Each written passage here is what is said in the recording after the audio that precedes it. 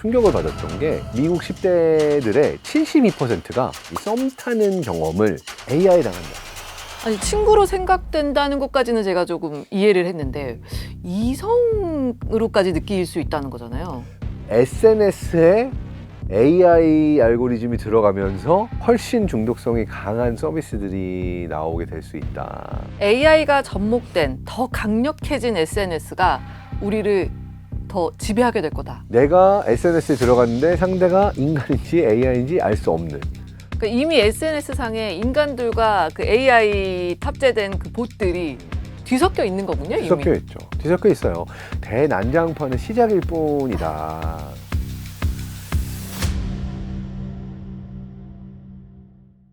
뇌과학자 장동선 박사님과 지식의 발견 함께 하고 있습니다. SNS뿐만 아니라 요새 AI도 청소년들이 굉장히 많이 사용하잖아요. 네. 이거 어떤 식으로 좀 청소년들에게 영향을 미칠까요? 자, 일단 챗GPT나 클로드나 뭐 우리가 사용하는 많은 그 챗봇형 AI 서비스들의 경우가 정말 놀랍게 발전했어요. 나온 지 지금 3년이 됐는데 이제는 사실 사람처럼 느껴지냐 아니냐를 넘어서서 그 어떤 사람보다 나를 잘 이해하는 것 같고 말이 통하는 것 같고 감정이 통하는 경험을 할 수 있는 방향으로 진화를 했거든요. 네. 그러다 보니까 아직 우리나라의 데이터는 제가 들은 바가 없습니다만 테드 강연에서 어떤 이야기를 듣고 되게 충격을 받았던 게 그러니까 미국 10대들의 72%가 내가 살면서 처음으로 누군가한테 이렇게 설레고 끌리는 감정을 느끼는 이 썸 타는 경험을 AI랑 한다는 거예요.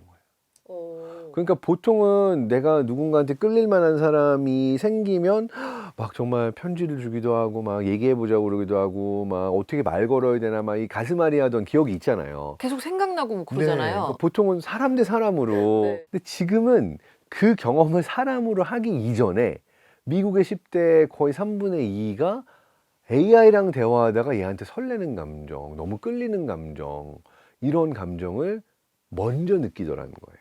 아니, 친구로 생각된다는 것까지는 제가 조금 이해를 했는데 이성으로까지 느낄 수 있다는 거잖아요. 이 세대의 아이들은 AI랑 이런 감정까지 느끼기 시작하면 SNS에 중독되는 것보다 그냥 AI랑 썸 타는 대화하는 거에 더 중독될 수도 있겠다. 이런 상상도 되는 거예요. 택일의 문제인가요?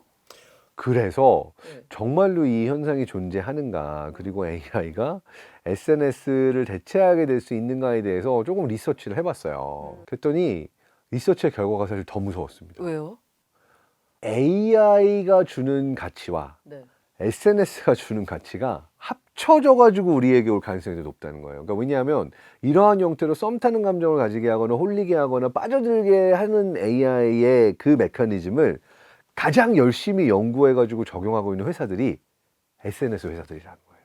아, 인스타그램, 틱톡 뭐 이런 회사들이 사람들이 어떤 댓글을 남기고 어떤 인터랙션을 할 때 연구를 많이 해서 SNS에 AI 알고리즘이 들어가면서 이제는 아예 그냥 인간의 뇌가 가지고 있는 어떤 의지력이나 판단력으로는 버틸 수 없을 정도로 우리의 뇌를 해킹해버려서 중독되게 하는 훨씬 중독성이 강한 서비스들이 나오게 될 수 있다 라고 하는 이야기가 나오면서 좀 무섭기 시작했어요. 그러니까 AI가 접목된 더 강력해진 SNS가 우리를 더 지배하게 될 거다. 이런 말씀이신 거네요. 그렇죠. 그래서 아마도 우리가 이걸 이제 앞으로는 SNS라고 부르지 않게 될 수도 있어요. 넥스트는 둘이 결합된 형태일 거예요. 그러니까 무슨 형태냐 하면은 내가 SNS에 들어갔는데 상대가 인간인지 AI인지 알 수 없는. 그래서 AI도 보수로 대화하고 있고 인간도 AI 대화하고 있고. 근데 사실 이게 지금 SNS 서비스에도 이미 존재해요. 그러니까 그거 아세요? 저 같은 경우에도 제 팔로워들을 보면 많은 숫자는 인간이 아니라고 판단을 해요. 아, 그래요? 그러니까 저를 팔로우하는 많은 계정들은 네. 사실은 봇 계정이에요. 그래서 저를 팔로워하는 사람들에게 자기도 팔로워를 껴서 어떠한 형태로 무언가 댓글을 남기거나 클릭을 유도해가지고 셀링하려는 의도로 저의 팔로워들을 타겟하기 위해서 들어온 봇 계정들이 꽤 많고 AI와 사람이 구분할 수 없는 단계까지 갔기 때문에 뭐 굉장히 똑똑하고 멋있고 좋은 직업도 갖고 있는 것처럼 보이는 수없이 많은 AI 봇들이 인간들과 섞여서 대화를 나누는데 그 대화 자체를 너무나 맛깔나게 너무나 재밌게 나랑 마음이 잘 통하는 것처럼 만들어서 로맨스 스캠도 만들어내고 내가 SNS에서 보는 시간도 극대화하고 특히나 여기에 취약한 수많은 청소년들을 꼬여서 어떠한 종류의 유료 계정을 클릭하거나 팔로우하거나 하면은 남에게는 보여주지 않는 사진을 보여줄래 이런 서비스들도 무한대로 나오게 될 거예요. 사실 이미 나오고 있고요. 그러니까 이미 SNS 상에 인간들과 그 AI 탑재된 그 봇들이 뒤섞여 있는 거군요, 이미. 뒤섞여 있죠. 뒤섞여 있어요. 대난장판은 시작일 뿐이다. 사실은 앞으로의 SNS 판은 그야말로 예측 불가, 통제 불가로 갈 가능성들이 상당히 존재한다고 생각하고 네. 그러한 측면에서 보면 제가 선호하는 게 규제는 아니지만 네. 적어도 딱 어린이 청소년을 대상으로 봤을 때는 이거는 강력한 규제가 필요할 수도 있겠다라고 저는 생각하고 있습니다. 마크 저커버그가 청소년의 SNS 중독과 관련해가지고 이 유해성을 따지는 이제 재판에 섰단 말이죠. 근데 이제 원고 측 주장이 이게 10년 넘게 이제 SNS에 중독이 됐는데 이게 우연이 아니라 뭐 그렇게 설계된 거다라는 주장이거든요. 이 원고 측 주장에 좀 일리가 있다라고 보실 것 같은데. 네, 사실은 이거는 마크 주커버그와 페이스북이 대표 주자로 예. 법정에 서긴 했지만 이 좋아요 버튼을 설계하신 분도 그 넷플릭스의 소셜 딜레마라고 하는 다큐멘터리 인터뷰를 보면은 본인이 이 좋아요 버튼을 발명하고 설계한 거를 진심으로 후회하고 있다. 자기는 좋은 의도로 설계했는데 이게 이토록 청소년들과 젊은 세대들에게 사람들에게 안 좋은 영향을 끼칠 줄 몰랐다. 뭐 이런 증언을 하고 있어요. 거꾸로 말하자면 요 좋아요라고 하는 메커니즘이 어떠한 영향을 준다라는 거를 내부 설계자들은 이제 인지하고 있는 상황이라는 거죠. 근데 이것뿐만 아니라 사실은 모든 종류의 SNS에서 알고리즘들은 기본적으로 사용자의 시간을, 사용자가 이 플랫폼에 머무는 시간을 늘리기 위한 쪽으로 작동하고 있어요. 이거는 어쩔 수 없는 자본주의 경제 논리라고 할 수가 있는데 그냥 플랫폼 경쟁에서 살아남고 광고 수익을 얻고 내가 회사로서 더 잘 되기 위해서는 더 많은 사람들이 이 플랫폼에서 시간을 보내도록 해야 되는데 그 과정에서 방금 말한 SNS의 폐해가 나타날 수밖에 없는 방향으로 알고리즘이 최적화되어 간다는 거죠. 우리가 이제 SNS 이제 창을 한번 열면요. 이게 나오기가 좀 쉽지가 않잖아요. 그 새로운 콘텐츠들이 계속 올라오고 특히 이제 내 관심사를 너무 잘 알고 있기 때문에 보고 싶은 것만 이렇게 싹싹 이렇게 올려준단 말이죠. 이것도 뇌과학적으로 좀 설명이 될 수 있을까요? 그러니까 기본적으로 우리의 뇌는 모든 것을 세상에서 보고 있는 게 아니라 나에게 의미 있다, 나에게 도움이 된다, 또는 내가 좋아한다라고 하는 정보들을 세상 속에서 찾고 그것들을 봅니다. 근데 이게 마치 거울 속의 거울처럼 알고리즘이 SNS상에서 더블로 내가 이걸 받고 요걸 좋아하는 것 같고 라이크를 눌렀으면 좋아요를 눌렀으면 그걸로 한번 필터를 해서 얘도 내 데이터를 기반으로 강화학습을 하는 거예요. 그러니까 양쪽에서 서로가 서로에게 거울 속의 거울처럼 이게 무한반복으로 점점 더 내가 좁은 거울의 방에 갇히도록 이끌어가는 측면이 있죠. 그러니까 어떤 착각을 내가 가지게 되냐면 내가 보고 있는 이 세상이 전체 세상의 샘플이다. 그러니까 사실은 아주 일부의 골라진 강화학습된 작은 정보, 내 특정 포커스가 맞춰져 있는 영역만 보도록 설계가 되어 있는 시스템 안에서 우리의 뇌는 착각을 가지고 이게 마치 전체 세상인 것처럼 느끼도록 만들어진 거죠. 거울의 방에 있는데. 네, 내가 보는 게 맞아. 내가 맞다고 생각하는 것만 보여줘.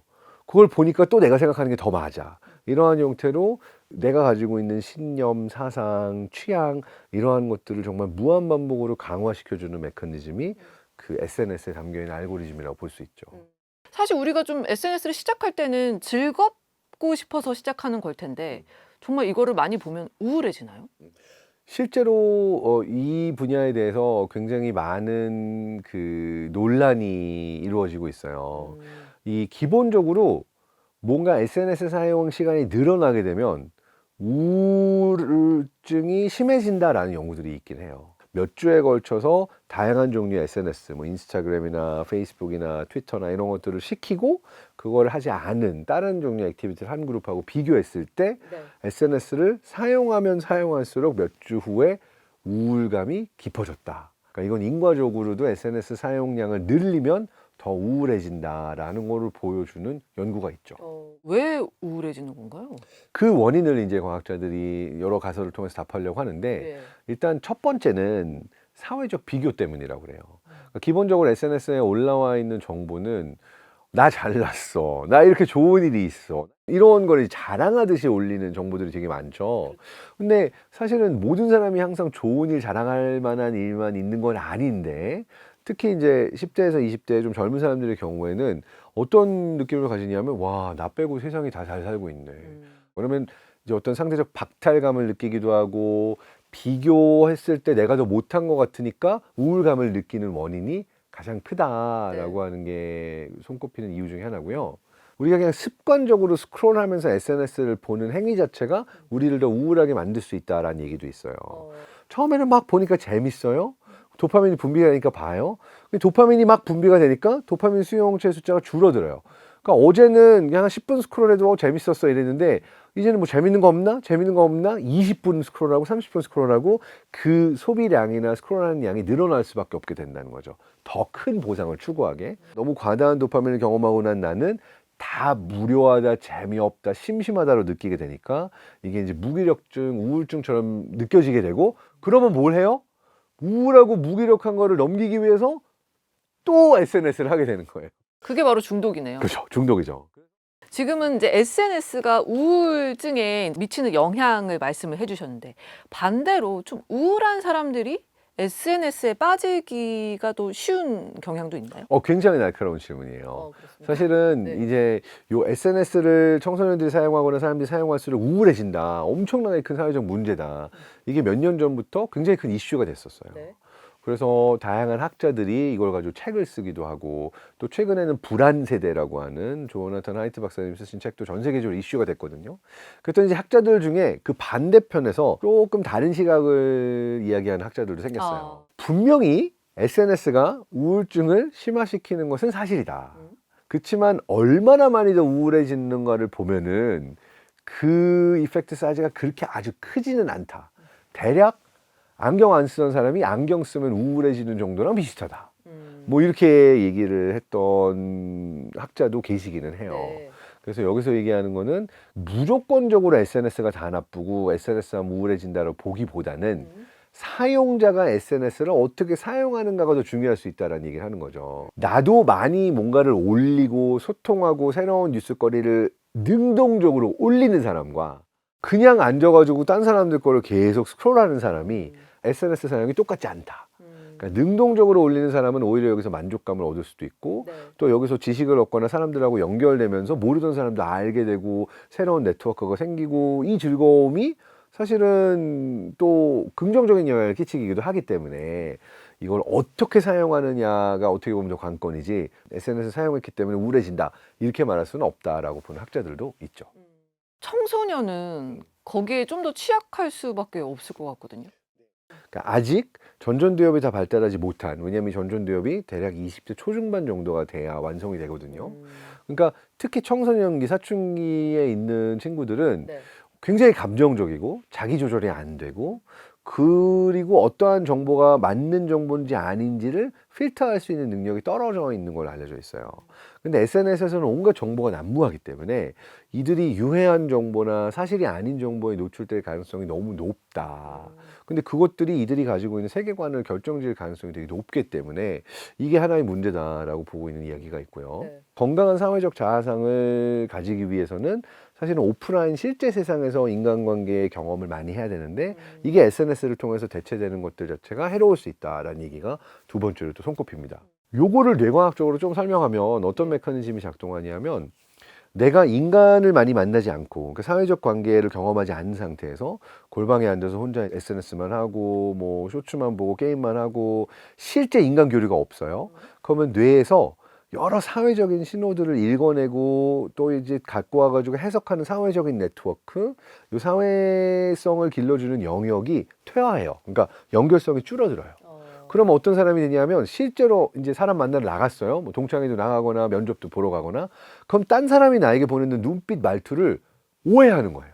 이것만으로 설명할 수는 없지만 뭐 이제 묻지마 범죄를 저지르거나 그러니까요. 갑자기 누군가 모르는 사람이 저 사람이 저나 무시했다라고 버럭해가지고 사건들이 일어나는 것들을 보면은 이 사람이 사회적 관계가 많지 않은 상태에서 되게 외톨이로 오랫동안 혼자 지냈던 케이스가 있죠.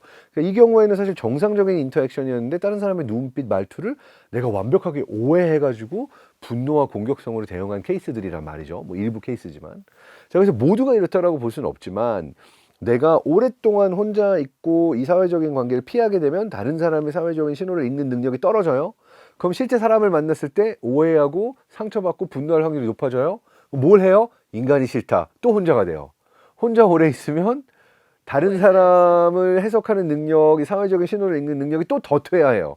이게 더 퇴화하면 사람 만났을 때 또 내가 상처받고 긁히고 문제가 더 일어나요. 그러니까 난 더 혼자이고 싶어. 이게 엄청난 악순환인데 이 악순환에 어떻게 보면 시작점, 시발점이 되는 곳에 SNS의 부정적인 영향이 있을 수 있다.